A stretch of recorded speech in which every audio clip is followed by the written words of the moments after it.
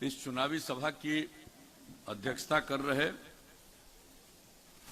Janata Dal you के गोपालगंज जिला अध्यक्ष प्रमोद पटेल जी, संचालनकर्ता श्री जितेंद्र द्विवेदी जी,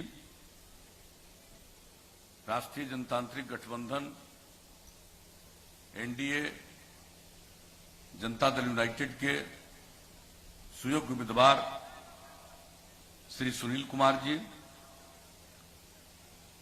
यहां इस कार्यक्रम में उपस्थित माननीय विधायक और कुचायकोट से एनडीए और जनता दल यू के उम्मीदवार श्री अमरेंद्र पांडे जी, हमारे साथ इस कार्यक्रम में आए हुए प्रदेश जनता दल यू के कार्यकारी अध्यक्ष श्री अशोक चौधरी जी,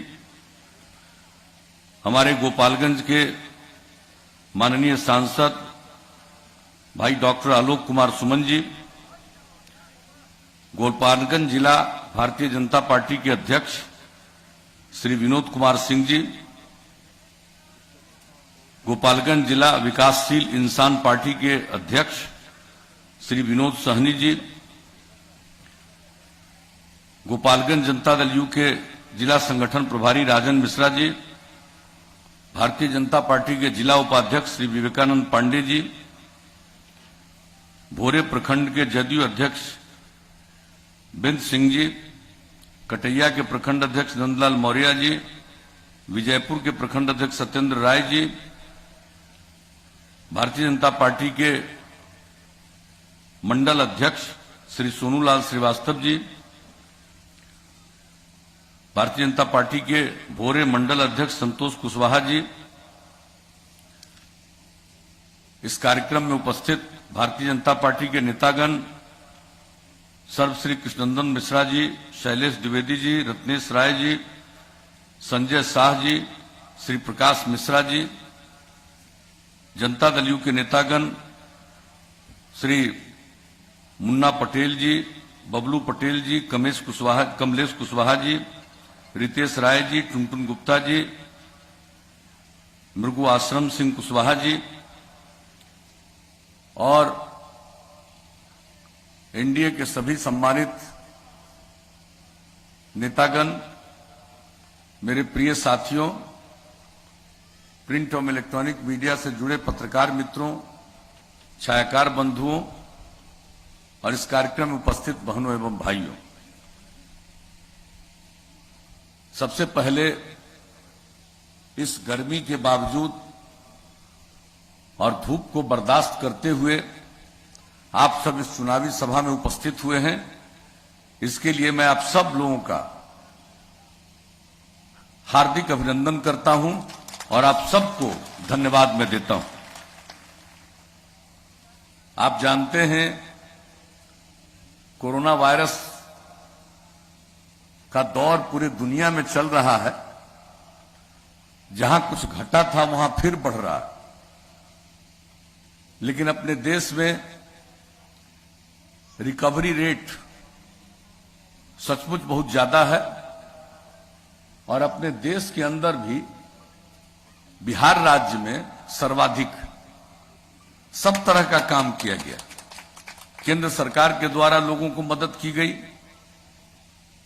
लॉकडाउन लागू किया गया, किस तरह से लोग बाहर फंसे थे, बाद में उनको अपने अपने राज्यों में भेजने के लिए ट्रेन की सुविधा शुरू की गई।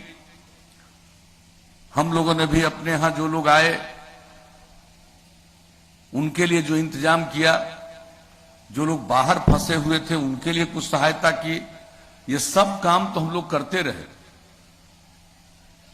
और अभी कोरोना खत्म नहीं हुआ है।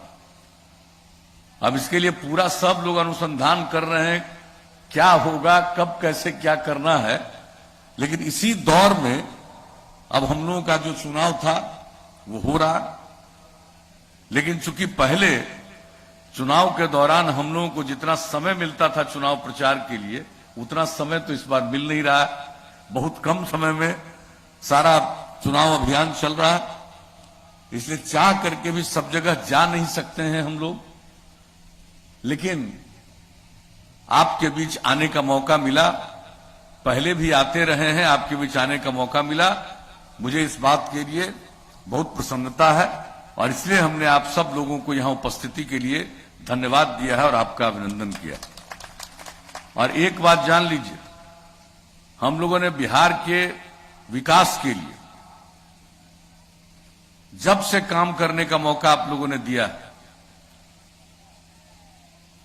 2005 के नवंबर महीने से हम लोगों ने काम करना शुरू किया है और आपने काम करने का अवसर दिया और हम लोगों ने जो कुछ भी कहा चुनाव के पूर्व, उसी के मुताबिक हम लोगों ने काम किया।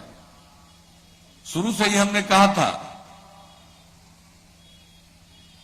न्याय के साथ विकास हम करेंगे और उसका मतलब है हर इलाके का विकास और समाज के हर तबके का उत्थान, और खास करके जो तबका किनारे पड़ा हुआ था उनको मुख्य धारा से जोड़ने के लिए हम लोगों ने विशेष पहल की।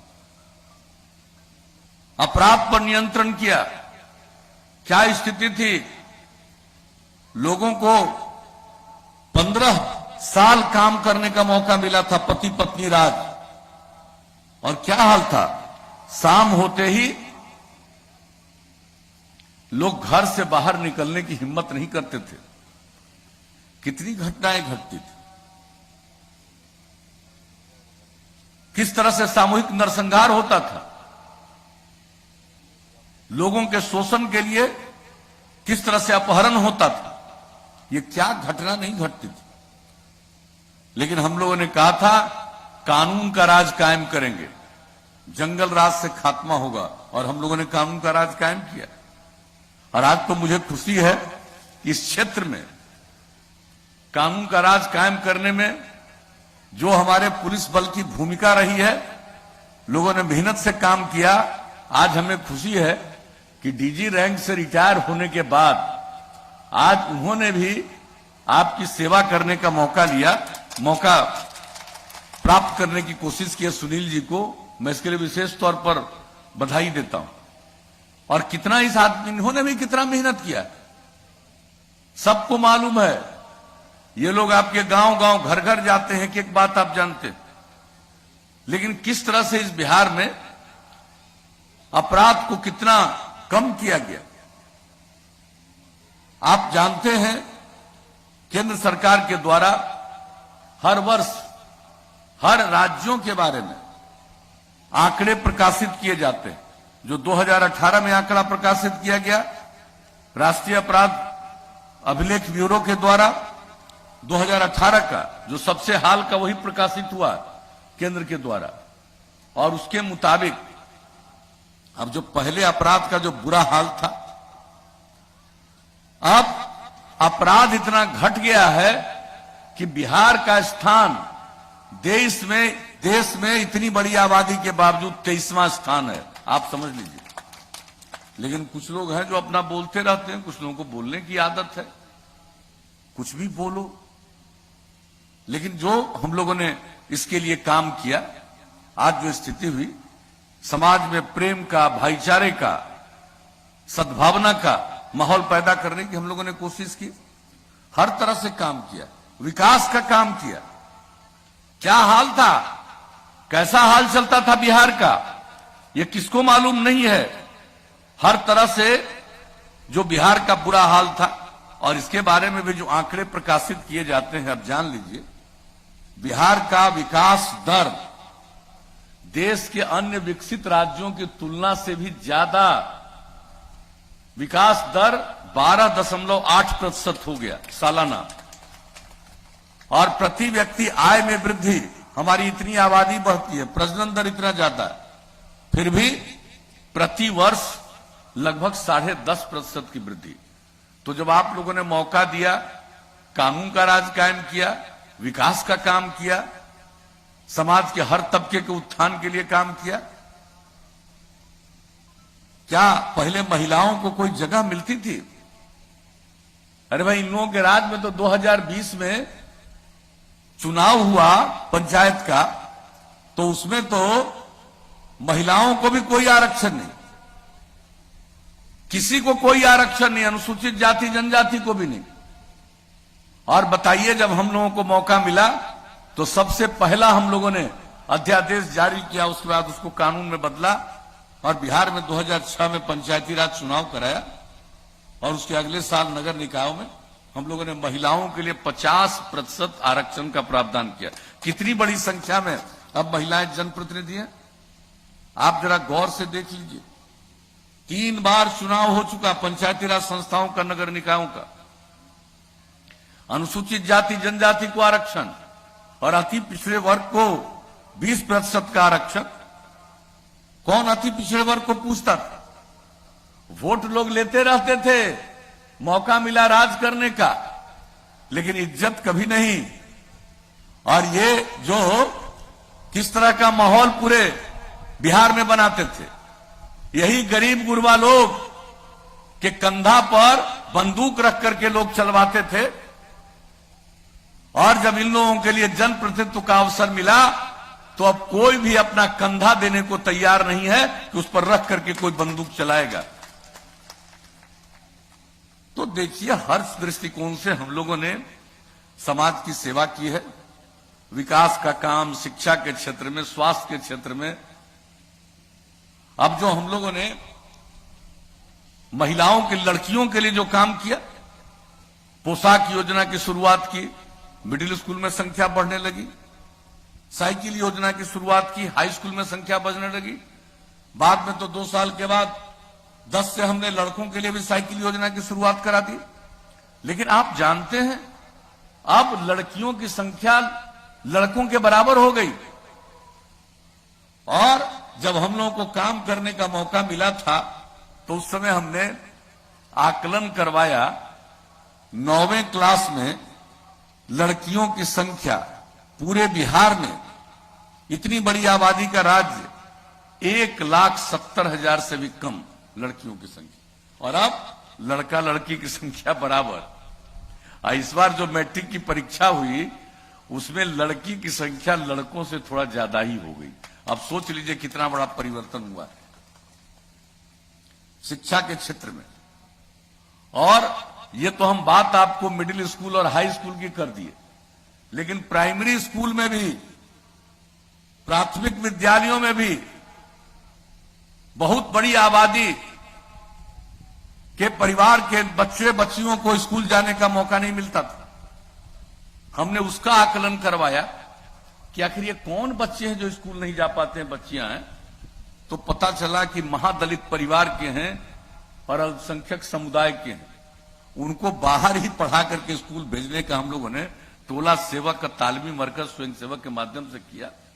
और उसका कितना बड़ा अंजाम, अब कोई स्कूल से बाहर नहीं है,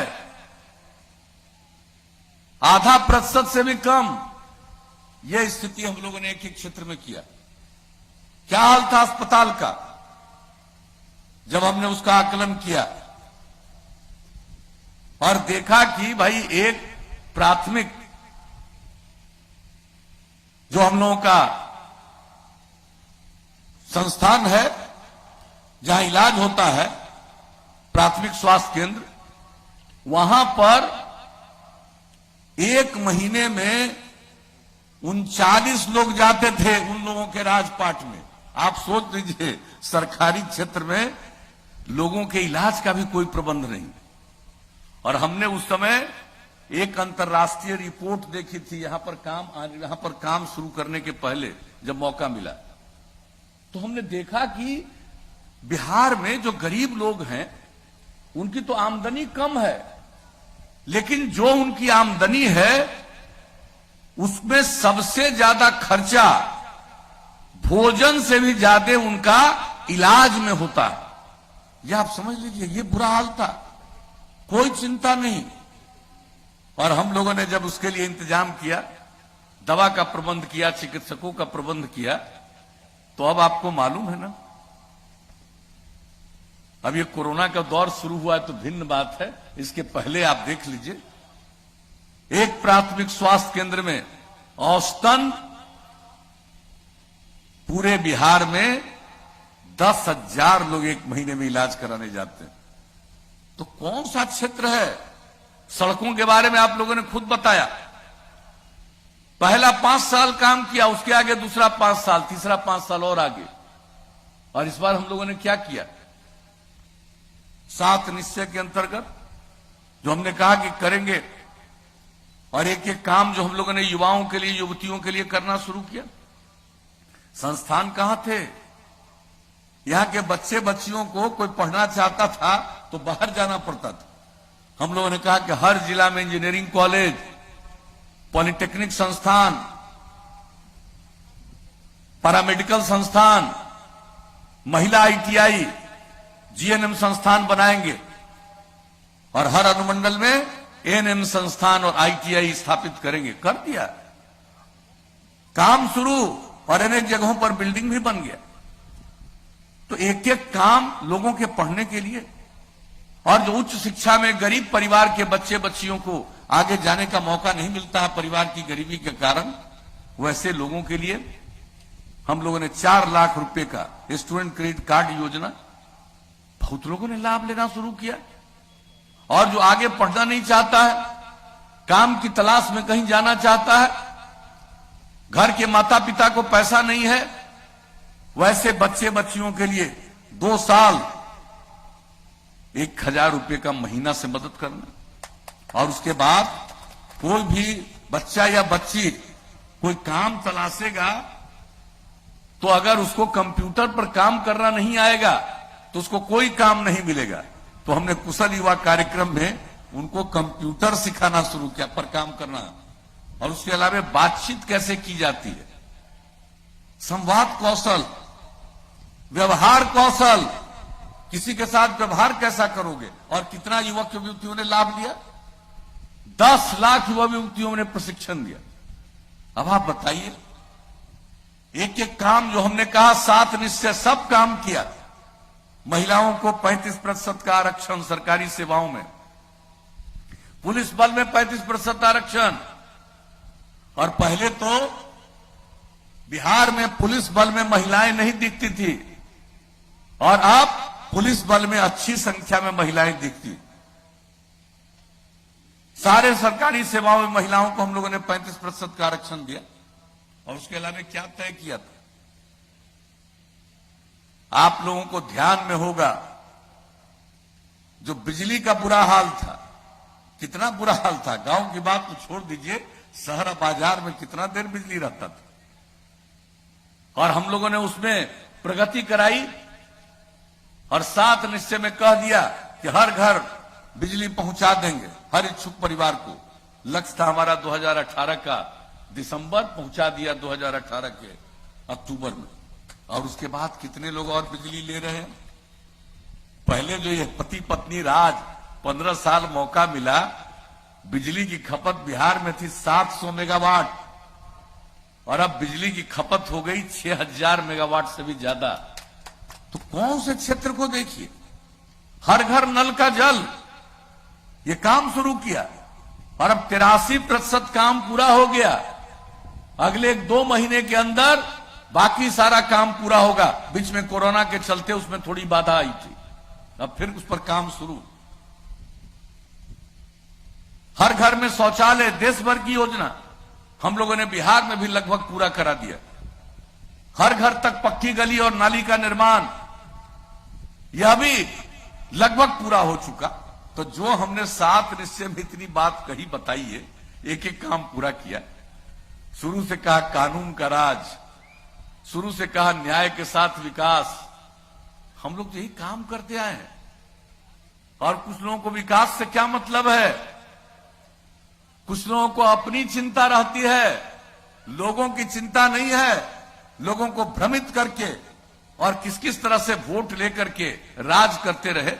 लेकिन क्या किया बिहार के लोग परिवारवाद में लगे रहते, और हम लोगों ने क्या किया, हमने तो यही कहा कि हम लोगों के लिए पूरा बिहार एक परिवार है, और एक एक व्यक्ति की सेवा करना हमारा फर्ज है, और आपकी सेवा करना ही हमारा धर्म है। हम लोग तो यही करते रहते हैं। बाकी लोग खाली बयानबाजी करेगा, करने का न कोई ज्ञान है न कोई जानकारी है कि कहां होगा। आजकल हम देखते, कहता है इतना लोगों को नौकरी दे। अच्छा, ऐसा कहीं है कोई दुनिया में जी? आप उतने लोगों को नौकरी दोगे तो बाकी को कहा नहीं दोगे? सबको दे दो। आप पैसा कहां से लाओगे? जिसके चलते अंदर गए उसी पैसा से होगा। क्या राज्य में तो नहीं पैसा होगा? इन लोगों का बजट क्या था? 24,000 करोड़ से भी कम, और हम तो 2,11,000 करोड़ से आगे पहुंचा दिए, और 6 लाख से भी ज्यादा लोगों को हमने नौकरी दी। अभी चल रहा 60-70 हजार के नौकरी का काम। तो हर काम जो जरूरी है हम लोग करते रहे हैं, आज जो होना नहीं है, आज जो हो ही नहीं सकता। अगर करोगे तो पैसा आएगा कहां से? ऊपर से आएगा। कहां से आएगा? कि नकली नोट मिलेगा? क्या मिलेगा? यह रेलवे से आएगा?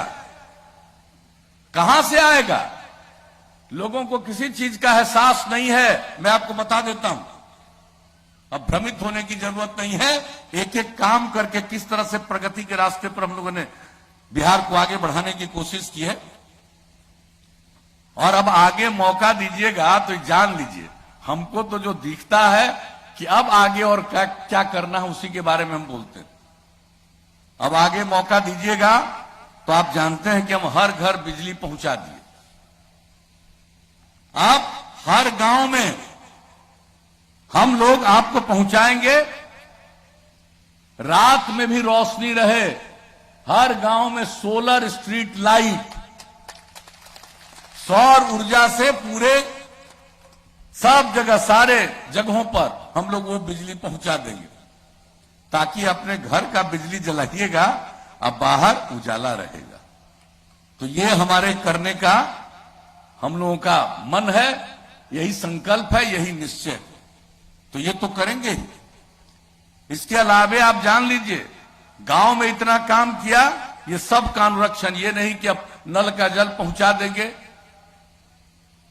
कोई भी चीज करेंगे, लेकिन हर चीज की देखभाल।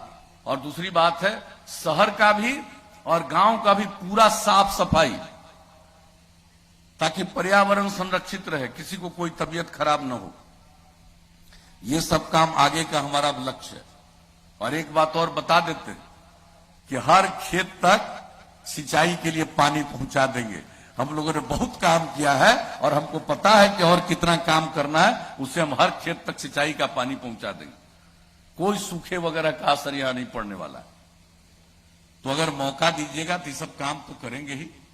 और गांव में तो हर गांव को सड़क से जोड़ ही रहे हैं।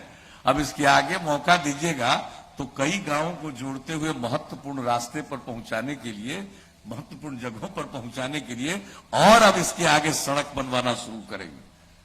और शहर और बाजार में जो सड़क है उसमें बाईपास बनवाएंगे। अब बाईपास की जगह नहीं मिलेगी तो ऊंचे ऊपर से फ्लाईओवर बनवाएंगे। तो ये सब काम हम लोगों ने सोच लिया है।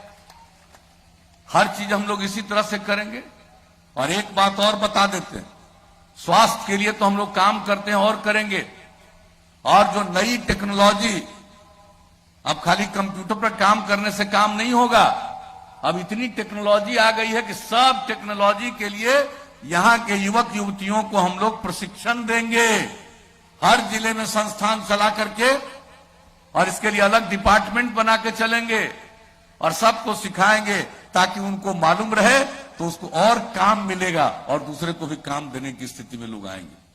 और गांव गांव तक इन चीजों को पहुंचाएंगे। इलाज के लिए भी उसका लाभ लीजिएगा। हर चीज के लिए आप, फसल को भी आप उसकी बिक्री करने के लिए लाभ लीजिएगा। ये सब काम तो होगा ही, लेकिन इसके साथ साथ एक काम और करेंगे। लोग पशुपालन करते हैं और पशुओं के इलाज में कठिनाई होती है, लोगों को बहुत खर्चा होता है। तो हमने सोच लिया है कि 8 से 10 पंचायत में एक पशु चिकित्सालय बनाएंगे और हर गांव को नई तकनीक से जोड़ते हुए अगर किसी का जानवर भी बीमार पड़ेगा तो तुरंत उसकी सूचना देंगे, उसका इलाज होगा और उसके इलाज में जो खर्चा लगेगा वो पूरा का पूरा दवा राज्य सरकार देगी। तो आप जान लीजिए, हम लोग तो यही सब सोचते हैं। जो जो चीज इतना दिन किया और आगे का हमको लगा कि और क्या करने से लोगों को लाभ होगा, तो ये सब हम करेंगे। और केंद्र सरकार की तरफ से भी बहुत सारा काम गरीबों के कल्याण के लिए, सिर्फ कोरोना में ही नहीं, इसके अलावे और जो काम किया गया, किसानों को जो 6,000 रुपये का मदद देना, अनेक प्रकार की योजनाएं, और हम लोगों से जो भी संभव है ये काम कर रहे हैं। तो हम सब लोग मिलकर के बिहार को बहुत आगे बढ़ाना चाहते हैं। और जो बिहार का इतिहास है, गौरवशाली इतिहास रहा है। हमारी जो ऊंचाई है, उस ऊंचाई को प्राप्त करने के लिए हम लोग और काम करेंगे और बिहार को सक्षम बनाएंगे, विकसित बनाएंगे, स्वावलंबी बनाएंगे। हर तरह से बिहार को हम लोग मिलकर के आगे बढ़ाएंगे, यही आपको कहने आए हैं। और समाज में प्रेम का, भाईचारे का और सद्भावना का माहौल रहे, इस काम को करते रहेंगे। और देख लीजिए, जैसे धीरे धीरे आगे बढ़ रहे हैं, बहुत आगे हम लोग बढ़ाएंगे। और बिहार भी एक उदाहरण बनता है।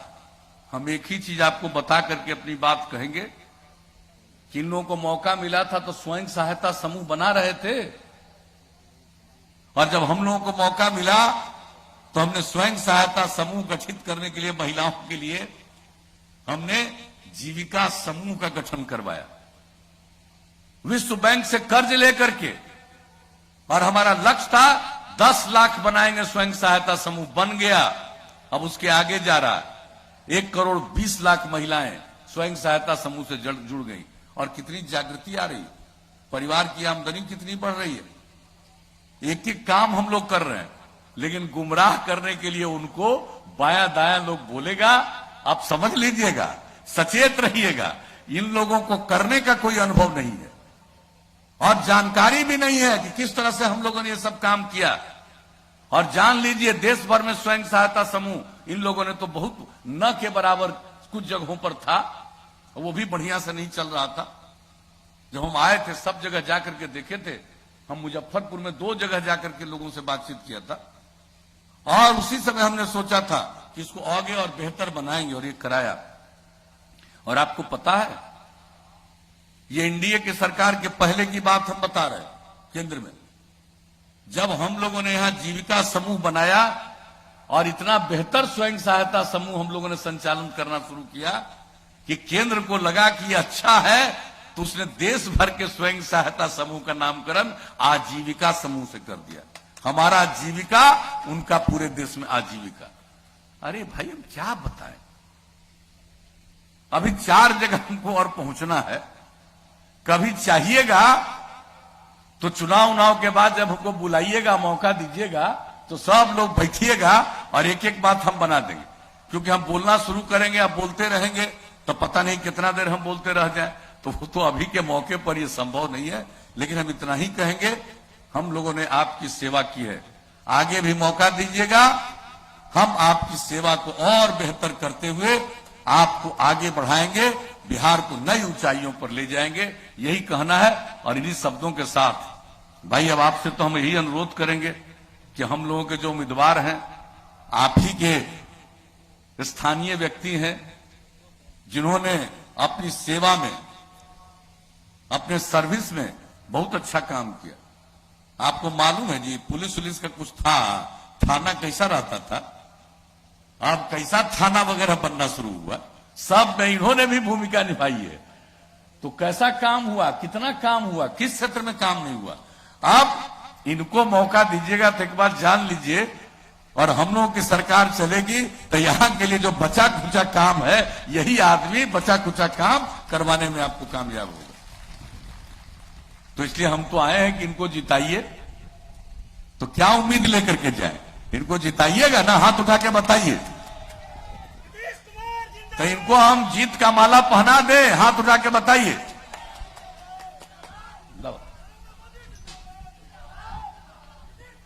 नीतीश कुमार जिंदाबाद, नीतीश कुमार जिंदाबाद, आपको भी हम अमरिंदर पांडे जिंदाबाद, अमरिंदर पांडे जिंदाबाद।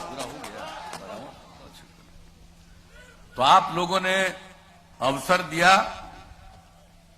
आप लोगों ने सहमति दी और माला जीत का पहना दिया। अब आपको देखना है, इनको भारी वोट से विजयी बनाइए। और इसी मौके पर हमारे कुचाई गेट गुट के भी प्रत्याशी आए हुए हैं, उनके लिए भी हम लोगों ने कुचायकोट के भी अपने उम्मीदवार भाई अमरिंदर पांडे जी को भी हमने विजय का माला पहना दिया है। तो इन्हीं शब्दों के साथ मैं आप सबको पुनः हृदय से धन्यवाद देता हूं, आपका अभिनंदन करता हूं और अब आगे दूसरे स्थान पर जाने की आप सबसे इजाजत लेता हूं। नीतीश कुमार जिंदाबाद, जिंदाबाद जिंदाबाद नरेंद्र मोदी जिंदाबाद। जिंदाबाद जिंदाबाद।